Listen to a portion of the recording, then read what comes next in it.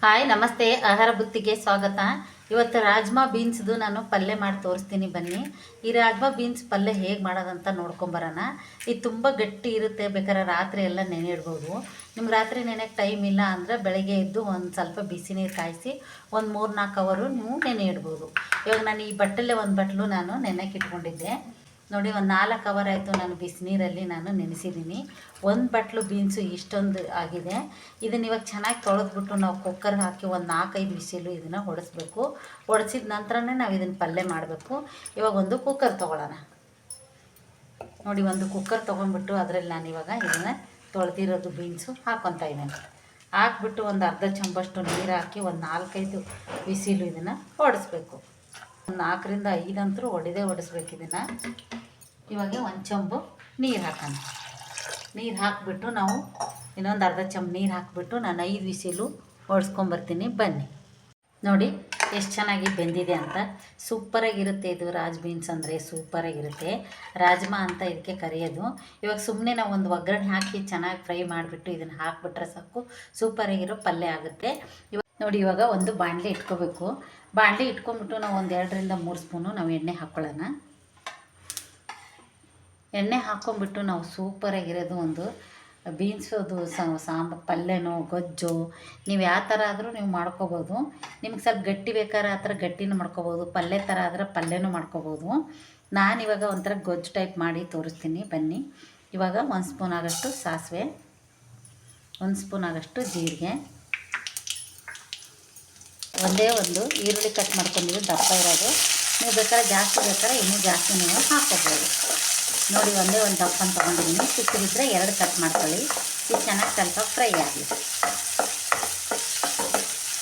ಎಷ್ಟು ಚೆನ್ನಾಗಿ ಫ್ರೈ ಆಗುತ್ತೆ. ಇದರಲ್ಲೇ ಖಾರ ಉಪ್ಪು ಎಲ್ಲ ಫ್ರೈ ಮಾಡಿಬಿಟ್ಟು ಲಾಸ್ಟ್ಗೆ ನಾವು ಬೀನ್ಸ್ ಹಾಕ್ಬಿಟ್ಟು ತೆಗೆದ್ರೆ ಸಾಕು, ಸೂಪರಾಗಿರುತ್ತೆ, ಟೇಸ್ಟು ಚೆನ್ನಾಗಿರುತ್ತೆ. ಈ ಥರದ್ದೊಂದು ನೀವು ಟ್ರೈ ಮಾಡಿ ನೋಡಿ. ನೋಡಿ ಇವಾಗ ಫ್ರೈ ಆಗಿದೆ. ನಾನು ಸ್ವಲ್ಪ ಶುಂಠಿ ಬೆಳ್ಳುಳ್ಳಿ ಪೇಸ್ಟ್ ಮಾಡ್ಕೊಂಡಿದ್ದೆ, ಆದರೆ ನುಣ್ಣಗೆ ಮಾಡೋಕ್ಕೆ ಹೋಗಬೇಡಿ, ಸ್ವಲ್ಪ ಕುಟ್ಬಿಟ್ಟು ಹಾಕಿ ಅಂದರೆ ಚೆನ್ನಾಗಿರುತ್ತೆ. ಅದು ಸ್ವಲ್ಪ ಗಮ್ ಅಂತ ಸ್ಮೆಲ್ ಬರುತ್ತೆ. ತುಂಬ ನುಣ್ಣಗಾದರೆ ಅಷ್ಟು ಟೇಸ್ಟ್ ಚೆನ್ನಾಗಿ ಕೊಡೋಲ್ಲ. ಕುಟ್ಬಿಟ್ಟು ನೀವು ಹಾಕ್ಕೋಬೇಕು. ಇವಾಗ ನಾವು 2 ಕಡ್ಡಿ ಕರಿಬೇವು ಹಾಕೋಣ.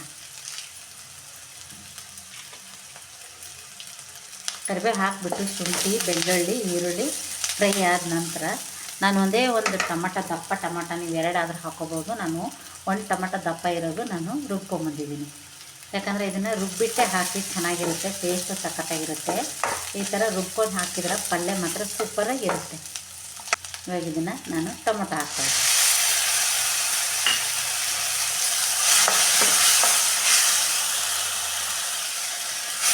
ಟೊಮೊಟೊ ಹಾಕಿಬಿಟ್ಟು ಚೆನ್ನಾಗಿ ಫ್ರೈ ಮಾಡ್ಕೋಬೇಕು.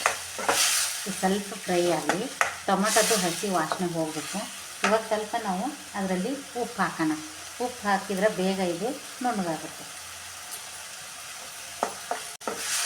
ಈರುಳ್ಳಿ ಸ್ವಲ್ಪ ಇದು ಕುದಿ ನೋಡಿ. ಇವಾಗ ಫ್ರೈ ಆಗಿದೆ. ಇದರಾಗೆ ನಾವು ಸಣ್ಣ ಉರಿ ಇಟ್ಕೊಂಡ್ಬಿಟ್ಟು ನಾವು ಇವಾಗ ಮಸಾಲೆಗಳು ಹಾಕೋಣ. ನೋಡಿ ಇದು 1 ಸ್ಪೂನ್ ಆಗೋಷ್ಟು ಗರಂ ಮಸಾಲ, 1 ಸ್ಪೂನ್ ಆಗೋಷ್ಟು ಧನಿಯಾ ಪುಡಿ, 1 ಸ್ಪೂನ್ ಆಗೋಷ್ಟು ಚಿಲ್ಲಿ ಪೌಡ್ರು. ನಾವು ಉಪ್ಪು ಹಾಕಿದ್ವಿ. ಇವಾಗ ನಾನು ಅದೇ ನೀರನ್ನೇ ತೊಗೊಂಡ್ಬಿಟ್ಟು ಸ್ವಲ್ಪ ನಾನು ನೀರು ಹಾಕ್ತಾಯಿದ್ದೀನಿ. ಇದೆಲ್ಲ ಮಸಾಲ ಮಿಕ್ಸ್ ಆಗಿಬಿಟ್ಟು ಚೆನ್ನಾಗಿ ಬೇಯಬೇಕಿದು. ನಾವು ಗರಂ ಮಸಾಲ ಚಿಲ್ಲಿ ಪೌಡ್ರು ಉಪ್ಪು ಧನಿಯಾ ಪುಡಿ ಎಲ್ಲ ಹಾಕಿದ್ದೀವಿ. ಒಂದೇ ಒಂದು ಕುದಿ ಬಂದ ನಂತರ ನಾವು ಅದನ್ನು ಬೀನ್ಸ್ ಹಾಕೋಣ. ಇವಾಗ ಸ್ವಲ್ಪ ಕುದಿ ಬರೋಕ್ಕೆ ಬಿಡೋಣ. ಇದನ್ನು ನಮಗೆ ಎಷ್ಟು ಚೆನ್ನಾಗಿ ಕುದೀತಾ ಇತ್ತಂತ.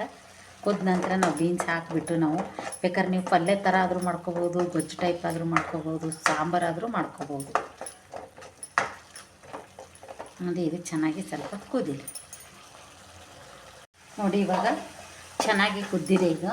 ಇವಾಗ ನಾವು ಅದನ್ನು ಕಾಳು ಹಾಕೋಣ.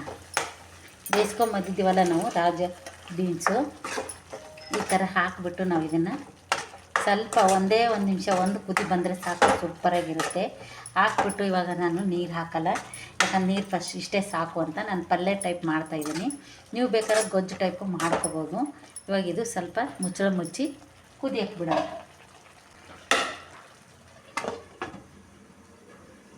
ನೋಡಿ ರೆಡಿಯಾಗಿದೆ. ಲಾಸ್ಟ್ಗೆ ನಾವು ಸ್ವಲ್ಪ ಕೊತ್ತಂಬರಿ ಸೊಪ್ಪು ಹಾಕೋಣ. ಹಾಕ್ಬಿಟ್ಟು ಮಿಕ್ಸ್ ಮಾಡಿದರೆ ಆಯಿತು, ರೆಡಿ. ನೋಡಿ ಈ ಥರ ಒಂದು ಚಪಾತಿಗೆ, ಪೂರಿಗೆ, ದೋಸೆಗೆ ಎಲ್ಲ ತಿನ್ಬೋದು. ತುಂಬ ಚೆನ್ನಾಗಿರುತ್ತೆ, ಟೇಸ್ಟು ಸಖತ್ತಾಗಿರುತ್ತೆ. ಈ ಥರದ್ದೊಂದು ಕಾಳು ತಂದುಬಿಟ್ಟು, ಯಾಕಂದರೆ ಕಾಳು ತಂದಿದ ತಕ್ಷಣ ಮಾಡೋಕ್ಕಾಗಲ್ಲ. ಸ್ವಲ್ಪ ಹೊತ್ತು ನೆನೆ ಇಟ್ಬಿಟ್ಟು ಒಂದು 2, 3, 4 ಸೀಟಿ ಹೊಡೆಸ್ಬಿಟ್ಟು ಪಲ್ಯ ಮಾಡೋದ್ರಿಂದ ಸೂಪರಾಗಿರುತ್ತೆ. ಯಾಕಂದರೆ ಗಟ್ಟಿ ಇರುತ್ತೆ ಅದು ಕಾಳು. ನೋಡ್ಕೊಂಬಿಟ್ಟು ನೀವು ಮಾಡಿ. ಈ ಬೀನ್ಸ್ದು, ರಾಜಾ ಬೀನ್ಸ್ದು ನಿಮಗೆ ಪಲ್ಯ ಇಷ್ಟ ಆದಲ್ಲಿ ನೋಡಿ, ಈ ಥರದ್ದೊಂದು ಪಲ್ಯ ನಿಮಗೆ ಈ ಥರ ಬೀನ್ಸ್ ಪಲ್ಯ ಮಾಡ್ಕೋಬೇಕನ್ಸಿದ್ರೆ ರಾಜ್ಮಾ ಬೀನ್ಸ್ ತಂದುಬಿಟ್ಟು ನೀವು ಮಾಡ್ಕೊಂಡು ತಿನ್ಬೋದು. ಇದು ತುಂಬ ಚೆನ್ನಾಗಿರುತ್ತೆ, ಇದು ಟೇಸ್ಟು ಸಖತ್ತಾಗಿರುತ್ತೆ. ಆ ಬೀನ್ಸ್ಗಿಂತ ಇದು ಸೂಪರಾಗಿರುತ್ತೆ. ಈ ಥರದ್ದೊಂದು ಬೀನ್ಸ್ ಪಲ್ಯ ನಿಮ್ಗೆ ಇಷ್ಟ ಆದಲ್ಲಿ ಲೈಕ್ ಮಾಡಿ, ಶೇರ್ ಮಾಡಿ, ಸಬ್ಸ್ಕ್ರೈಬ್ ಮಾಡಿ. ನಮಸ್ತೆ.